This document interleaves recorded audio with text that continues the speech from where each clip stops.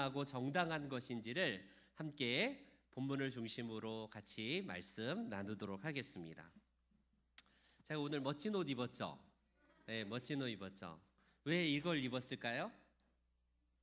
제가 한 번은 무슨 색깔의 넥타이를 매니까 목사님 좌파야. 또 무슨 색깔의 딱 이걸 입으니까 그렇지 목사님 역시 우파야 막 이렇게 평가하시더라고요.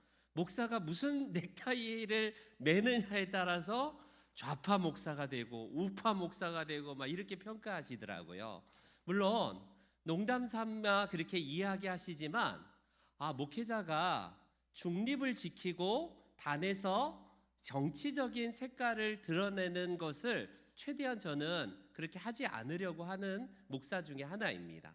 그렇기 때문에 그냥 일부러 그냥 넥타이를 안 매고 이렇게 서봤는데, 여러분 오늘부터 이제 우리 사전 선교일이지 않습니까? 저는 이제 좀 내일 토요일이기도 하고 좀 사람들이 토요일은 몰리기 때문에 이른 시간에 가서 투표를 하고 왔어요. 투표를 하고 왔습니다. 몇 번을 찍었을까요? 몇 번을 찍었을까? 우리 이걸 대부분 아마 목회자 하면 거의 한국교회 목회자는 보수를 굉장히 지지합니다. 우리 제가 속한 노회에 가면 거의 덮어놓고 대부분 90% 모르겠어요. 대부분 목사님들이 우파, 자유민주주의, 이 대한민국이 어떤 나라냐 하면서 이승만 대통령을 굉장히 높이고 또 건국 전쟁은 반드시 보십시오 하면서 그렇게 강변하면서 그렇게 말씀하시는 목사님들이 굉장히 많아요. 이 나라를 사랑하시고 특별히 우리나라가 전쟁을 경험했던 나라잖아요. 아무래도 그래서 그런지 흑백 논리가 정확해요. 그래서 전쟁의 참상을 경험한 아무래도 물론 그 전쟁 시대에 태어나지는 않았지만 그 전쟁 이후에 태어나신 목회자들과 목사님들은 나라를 생각하는 마음으로 지금도 대부분의 목사님들이 우파에 속해 있습니다. 그렇지 않나요? 그런데 여러분 저도 이제 기도하기를 하나님 이 나라의 주권자를 패하기도 하고 세우시는 분이 우리 하나님이신데 정치에 대한 부분들을 나 몰라라 할 수는 없지 않나요? 그게 하나의 이름 없는 무명의 목회자인 저도 하나님 앞에서 선한 지도자, 선한 정말 이 땅에 일꾼들이 세워지기 위해서 기도하고 있습니다. 그런 것이 우리 기독교인들에게는 그 정도 참여만 하면 되지 않나 이렇게 생각하는 경향이 있어요. 여전히 이번에도 제가 투표 쭉 보니까 비례정당 쭉 보니까 40번인가 40몇 번까지 있더라고요. 얼마나 많은 당이 나오는지 그 가운데 눈에 띄는 매번 나오는 우리 기독교 이름을 내세워서 나오는 기독당, 기동 무슨 당 이런 게 있잖아요. 그게 이제 목사님들이 주축이 되어서 보통 이제 당을 만들어서 이 국회에 진출하려고 하는 그런 정말 눈물 나는 일들이 몇십 년 전부터 계속 하고 있는데 아직까지는 한 분도 국회의원으로 입성하신 분은 없는 듯 싶어요. 이번에는 어떤 결과가 나오는지 몰라도 한국교회의 원로분들, 목사님들도 그 유명한 대형교회 목회자들을 중심으로 그런 일에 힘쓰고 나서는 것 참 어찌 보면요 바람직하고 보기가 좋아요. 그런데 여러분들이 보편적으로 생각할 때 저희 친척들이 항상 무슨 일이 있으면 전화를 하거나 저희 부모님한테 천 목사님 빨리 이 나라 좌파로 인하여서 이 나라 완전히 빨갱이 국가가 되니까 빨리 이 나라를 위해서 뭔가를 해야 된다. 빨리 태극기를 들고 저 광화문에 나가든지 시청에 나가서 이 나라를 위해서 기도하면서 특별히 누구 목사님 집회에 가서 이 나라를 위해서 막 기도하고 이 나라를 빨갱이로부터 구해야 된다. 그런 얘기를 간간히 저희 친척들을 통해서 저에게 간접적으로 얘기를 해요. 이제는 그분이 안 오시더라고요. 더 이상 이제는 오실지는 몰라도 저희 교회는 아니지만 외부의 권사님이신데 진짜 나라를 사랑해요. 진짜 이 나라를 걱정하면서 정말 이 나라를 위해서 기도를 많이 하시는 분 같아요. 근데 그분의 예언이 뭔지 아십니까? 이전 정부 때에 오셨던 분인데 저보고 목사님, 이 나라가 큰일 났습니다. 큰일 났어요. 기도하는 분들이 얼마나 많은 기도하시는 분들이 이 나라를 걱정하는지 몰라요. 이 나라가 1년 안에 하나님께서 그분들 응답 주시는데 1년 안에 빨갱이 국가로 바뀐다고 응답을 주십니다.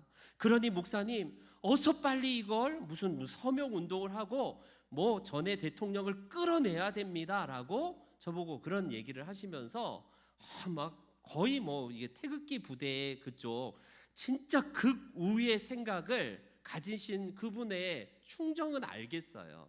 그러면서 그것까지는 괜찮습니다. 나라를 생각하고 이 자유 대한민국을 지키겠노라, 그것까지는 좋습니다. 문제는 뭐예요? 성경을 바탕으로 과연 그분들이 이런 주장을 하는가는 저는 퀘스천 마크더라고요. 아무리 생각하고 아무리 제가 그렇게 곰곰이 생각해봐도 이 나라가 1년 안에 빨갱이 국가로 변한다. 베네수엘라처럼 이 땅에 10,000원짜리가 1,000원도 안 되고 10만 원짜리가 뭐 1,000원짜리도 안 되는 완전히 이제 거지 나라로 하나님께서 이 나라 1년 안에 이렇게 만들어 버린다라는 그런 얘기를 할 때에 대단하다. 다 하나같이 그분들이 기도 안 하신 분들은 아니거든요. 나라를 위해서 5시간씩 막 3시간씩을 기본적으로 기도하신다는 분들의 예언입니다. 그것도 한 명도 아니고 그분의 표현에 의하면 기도하는 사람들이 공통적으로 하나님께서 보여주신 계시와 하나님께서 사인을 보여주신다는 거예요. 그러면서 이 나라를 좌파의 나라에서 어서 빨리 저것들 끌어내리고 이 땅을 자유 대한민국으로 세워야 된다라고 강변하시더라고요. 그러면서 저에게 전에 대통령 하야 끌어내야 된다라고 하면서 뭐 그런 사인 좀 해달라, 성도들 좀 동원시켜 갖고 그런 일에 좀 목사님 좀 참여해 달라, 그렇게 말씀하시더라고요. 제가 말씀드렸습니다. 권사님, 나라를 위해서 기도하시고 그렇게 나라를 생각하는 마음은 귀하지만 제가 믿는 하나님은 그러지 않으실 것 같아요. 1년 후에 하나님이 과연 이 땅을 빨갱이 나라로 만드는지는 그거는 저는 권사님 말에 동의할 수가 없습니다 라고 하면서 점잖이 거절을 했습니다. 그러니까 이 목사님이 제대로 된 목사가 맞는가 하면서 위아래로 훑어보면서 좌파 목사님 같아 아무래도 막 이러면서 그런 얘기를 하시더라고요. 여러분 어떻습니까? 제가 말하고자 하는 것은 우리는 여냐 야냐 정치적인 색깔이 누구나 다 있을 거예요.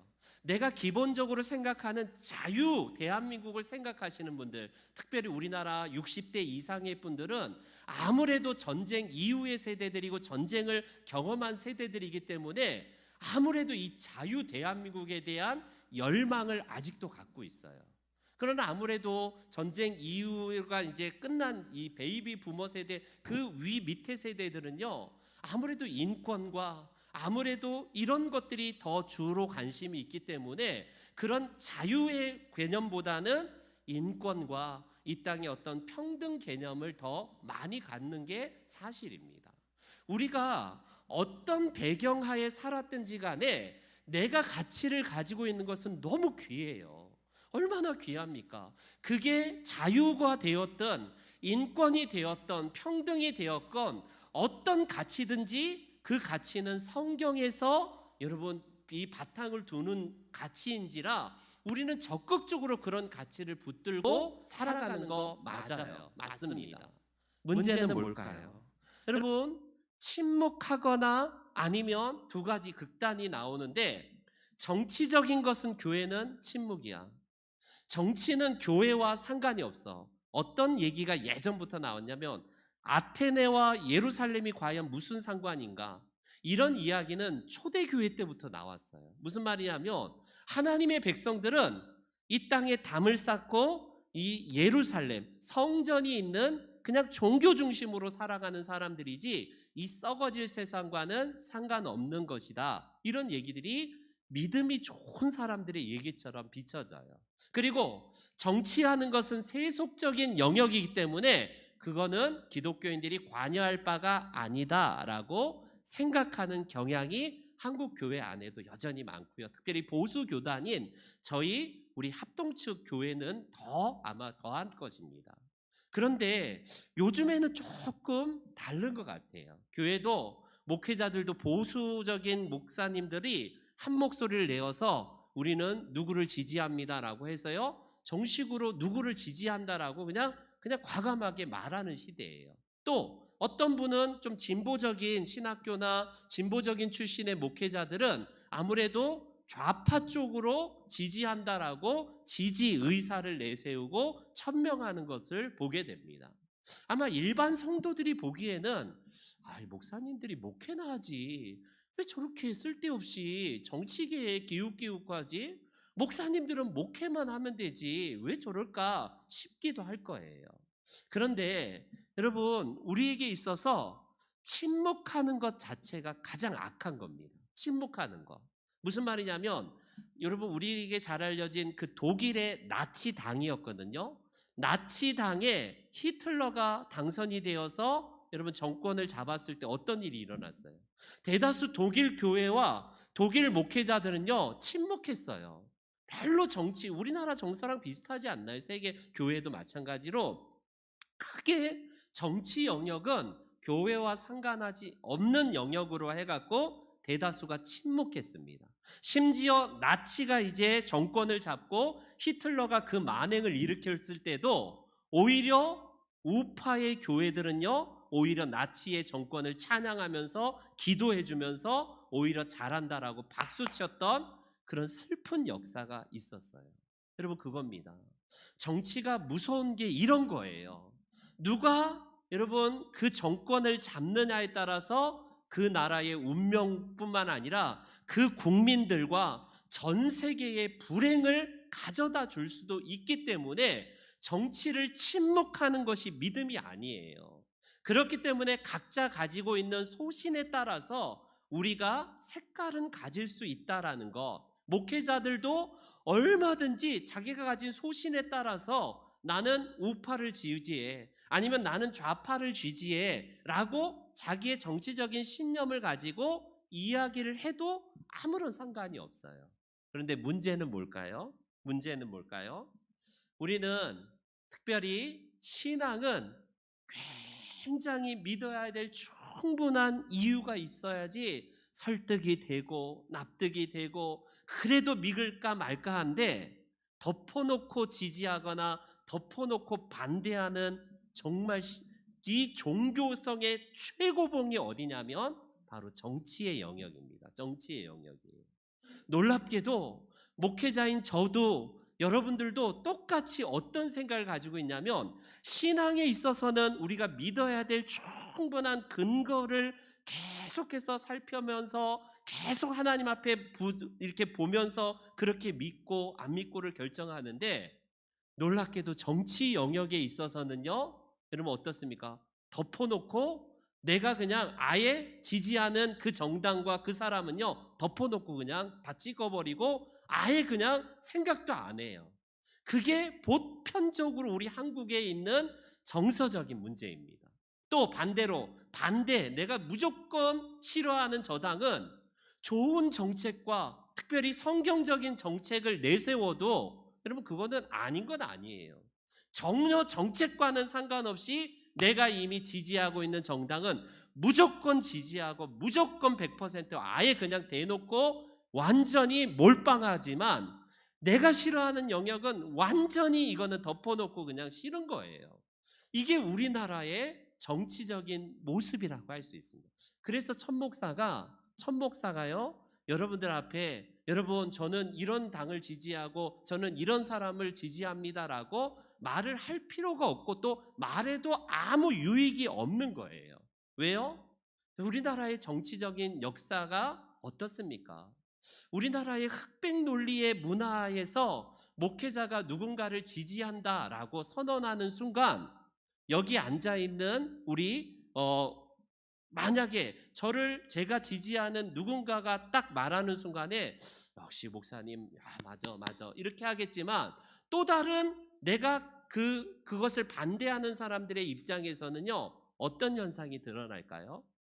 이걸 구분해야 되는데 어떻게 되냐면 그때부터 복음이 들어오지 않습니다. 복음이 들어오지 않아요. 어떻게 되냐면 이미 마음 상태에서부터 싫은 게 들어오는 순간부터 어떤 말씀을 전해도 결과적으로요, 여러분 그것을 받아들이지 않는 아주 그런 것들이 있기 때문에 이것들을 굳이 내가 말할 필요가 없다라는 겁니다. 아쉬운 것은 오늘날의 목회자들이 이 사실을 잘 모른 채 결과적으로 어떻습니까? 무조건 반대하는 사람들을 일반 성도들과 똑같이, 세상 사람들과 똑같이 그렇게 반대파의 사람들이라면 무조건 매도해버리고 무조건 비난하고 이런 성향들이 우리 한국 사회에 있어요. 이게 왜 그런지 모르겠습니다. 전쟁을 경험해서 그런지 몰라도 나와 반대의 생각을 가진 사람의 그 생각을 경철하려고 하지 않아요. 왜 그럴까요? 지금 뭐 대표들 나오고 막 그 국회의원들 후보들 나와서 한번 이거 정책 내놓는 거 보십시오. 어떻게든지 상대방 마타도어예요. 완전히 네거티브 선전이 우리나라만큼 이렇게 심한 데가 없어요. 어떻게든지 상대방의 흠을 잡아갖고 끌어내리고 저 인간 과거에 이런 발언했다. 저 사람 이런 사람이 하면서 오로지 상대방 죽이고 상대 그런 사람들의 후보를요 죽이는 데 혈안이 되어 있어요. 그런 거를 말하는 순간에 왜 저렇게 말할까가 아니라 잘한다 잘한다 그래 더해 저런 놈은 더 발가벗겨야 되라고 하면서 동조하는 게 우리 국민도 비슷한 것 같아요. 그래서 그런지 정치가 후진 정치를 못 벗어나는 이유가 거기에 있습니다. 계속 지금 보세요. 국회의원들 저는 선거 유세를 보면 들어보면 정책을 내내고 이 나라를 이 지역을 어떻게 해야 되는가에 대한 부분보다는 상대방의 흠집 내기와 온갖 흑색 선전 이런 것에 매도하고 그런 것에 몰빵하는 모습을 봅니다. 맹목적인 지지 아니면 맹목적인 반대만 남아있지 절충이 없어요. 이 나라는. 이게 문제입니다. 결과적으로 여러분 우리는요 미국의 상황이긴 하지만 우리나라 사회는요 특별히 교회 안에서도 정치 얘기를 하는 순간 서로 적이 되잖아요. 내가 누구를 지지하고 누구 정당을 지지한다 그러면 완전히 그 전도회 안에서 그 사랑방 안에서 아마 막 싸우고 막 난리 날 거예요. 이게 우리 한국 사회입니다. 그런데 미국적인 상황이긴 하지만 미국에 만약에 선거를 앞두고 있으면 초등학교부터 교실부터 중학교, 고등학교 교실, 대학교는 말할 것도 없이 토론 문화예요. 나는 민주당을 지지합니다. 나는 공화당을 지지합니다라고 하면서 그룹으로 나누어서 자유 토론을 하게 합니다. 그래서 우리 민주당의 정책이 뭐고 공화당의 정책이 뭔지를 서로 상대방끼리 서로 논의하고 타협점을 찾고 이 나라와 이 지역을 위해서 발전하는 상대방의 입장을 경청하는 게 보편적인 미국의 사회의 모습이에요. 물론 미국도 극단적인 사람이 왜 없겠습니까? 그런 것이 뭐냐면 상대방의 이야기를 들을 수 있는 귀가 있다는 거예요. 근데 우리나라 사회는 아직까지 이게 참 어렵습니다. 상대방은 무조건 적으로 간주해서 죽이고 나와 다른 입장을 가진 사람은 무조건 여러분 타협점을 찾기보다는 적으로 매도해버리고 그게 보편적인 거예요. 목회자들도 마찬가지입니다. 목사님들도 놀랍게도 성경하에서 하나님이 원하시는 뜻 아래서 정치를 봐야 되는데 정치적인 어떤 이런 정파의 색깔을 가지고 나서 성경을 그 밑에다 두고 해석할 때가 많아요. 그런 게 얼마나 놀라운지 모릅니다. 저는 개인적으로 볼 때. 아니 하나님이 말씀하시는 성경의 원리에다가 이 땅에 어떤 내가 가진 정파가 맞는지에 대한 부분들을 조명하는 게 아니라 거꾸로 바꾸어서 내 신념으로 성경을 해석하니까 상대방을 막 저주하고 비난하고 막 이런 게 흑백 논리가 강한 게 목회자들도 매한가지더라고요. 그래서 여러분 저는 어떤 후보가 되었으면 좋겠다. 단 한 가지예요.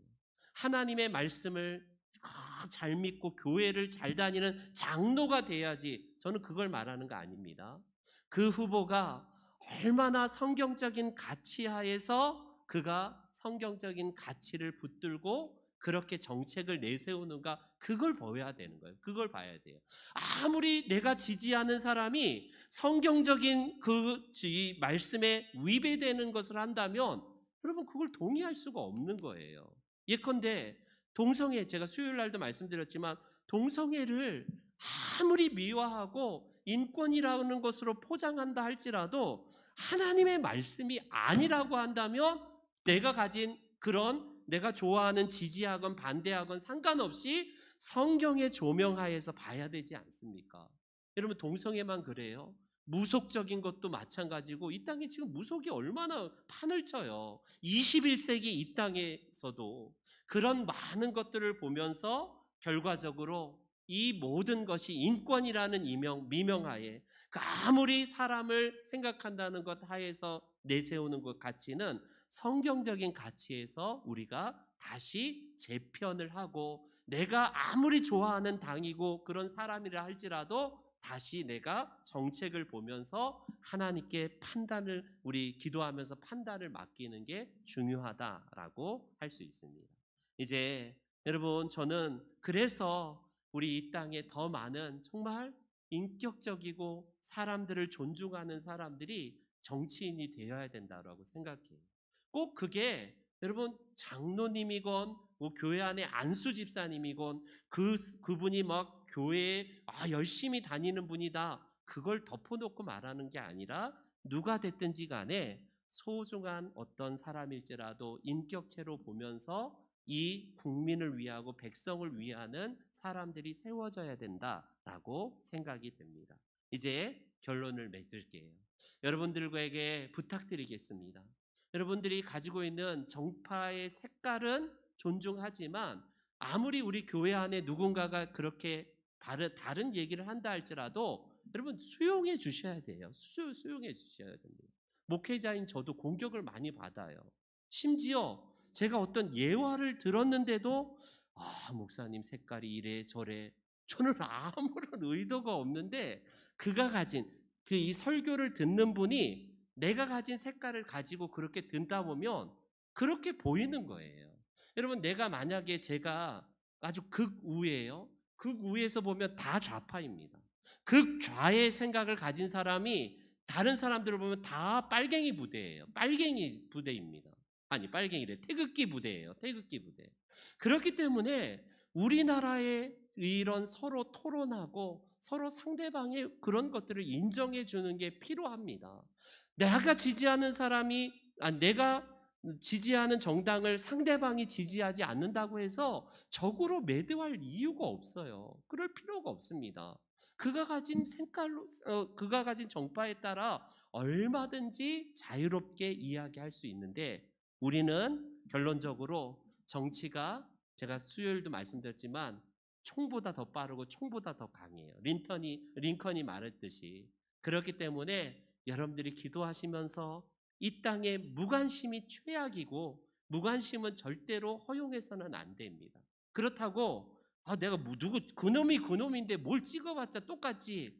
여러분 그래도 여러분 최악을 피하고, 악이 다 사람이 그 사람인 건 맞아요. 그러나 차악을 우리가 선택해야 되지 않겠습니까? 다 악이라고 할지라도 그래도 덜 악한 그런 정책이나 그런 것을 보면서 찍어야 되는데, 오늘 본문에 보니까 우리에게 주신 말씀은 무엇이냐면, 정치가 백해무익하고 정치 필요 없다는 게 아니지만 사람들의 생각은 정치를 하는 그 정치를 어떻게 했냐면 정치적인 메시아로 지금도 여겨요.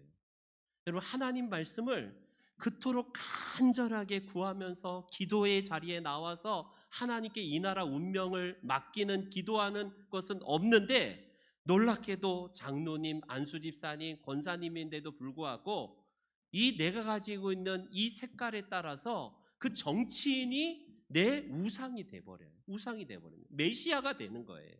우리의 여러분 이 땅의 사람은 메시아가 될 수가 없어요.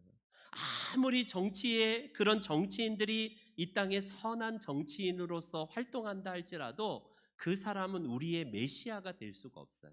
그렇기 때문에 오늘 본문에서 이 사울을 세울 때의 그 왕정 시대로 이렇게 이제 전이되는 이 시점에서 국민들의 마음은 하나님을 떠나고 사람을 기대하고 보여지는 인간에 기대했다가 사울이 어떻습니까?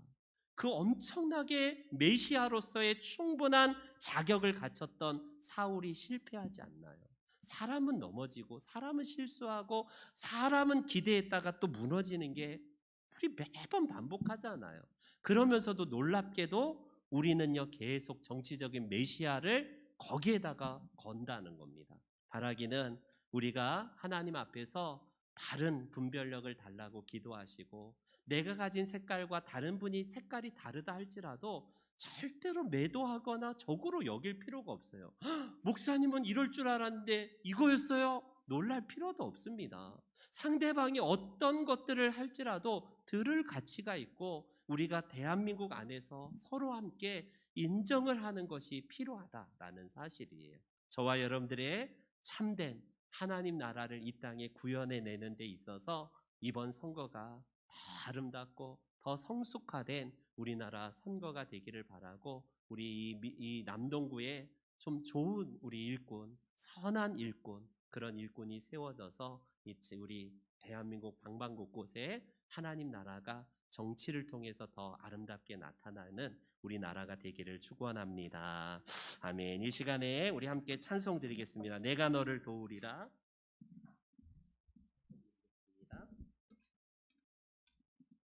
내가 너를 도우리라 찬송 드리겠습니다.